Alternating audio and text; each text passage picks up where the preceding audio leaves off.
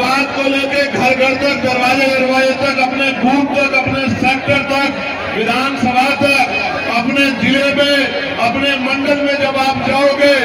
और जब आप जाके इस बात को रखोगे, मैं गारंटी से कहता हूं कि किसी के अंदर हिम्मत नहीं कि इस जन सैलाब का मुकाबला कर पाएगा। मेरी बात को आप याद रखना। प्यारे साथियों, इस देश में आज जो देश बना है वो देश ऐसा हमेशा नहीं था। इस देश में लंबे समय तक कई बार बाहरी आक्रमणकारियों ने इस देश में राजकाज करने का काम किया है और राजकाज करने की वजह से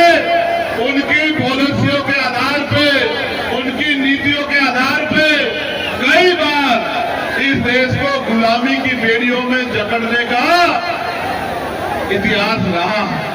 आज समय आ गया है कि हम इतिहास को पढ़ें, इतिहास से सीख लें और अपने वर्तमान को मजबूत बनाएं और अपने भविष्य को इनकलाबी बनाकर रखें,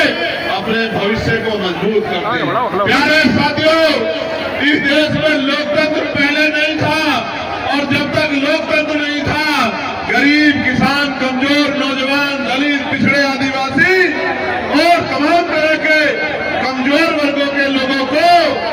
मुख्य धारा में आने का मौका नहीं मिलता था। प्यारे साथियों, इस देश में अगर बाबा साहब अम्बेडकर, राष्ट्रपिता ज्योतिबा फूले, छत्रपति साहूजी महाराज, ईवी पेरियार रामास्वामी नायकर, कल्याण लाल यादव, बाबू जगदेव प्रसाद कुशवाहा, जननायक कपूरी ठाकुर, कामरा रामसू वर्मा, चौधरी महाराज सिंह भारती, सत छोटू राम, चौधरी चरण सिंह जी, मान्यवर दीना भाना वाल्मीकि जी और मेरे गुरु मान्यवर काशीराम जैसे बहादुर योद्धा पैदा ना होते तो ये हक वंचित समाज आजादी तो होती लेकिन सांस नहीं ले पाता अपनी आजादी के साथ। प्यारे साथियों,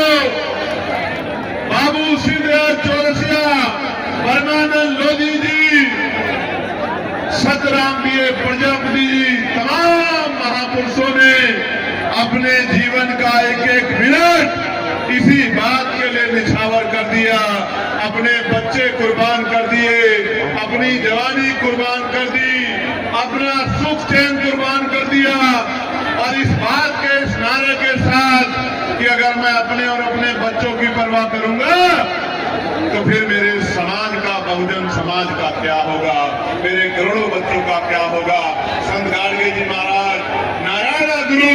तमाम हमारे महापुरुषों ने अपना पूरा जीवन लगा दिया कि इस हक वंचित समाज को मान सम्मान का जीवन मिल जाए। और साथियों, लोकतंत्र मानने से नहीं मिला, इसके लिए डिबेट हुई है और डिबेट में बाबा साहब अम्बेडकर ने आपका नेता बनकर डिबेट में चुनौतियों को स्वीकार करके इस देश में लोकतांत्रिक व्यवस्था कराने का काम किया है। इस देश के प्रत्येक नागरिक को गौर से सुनना,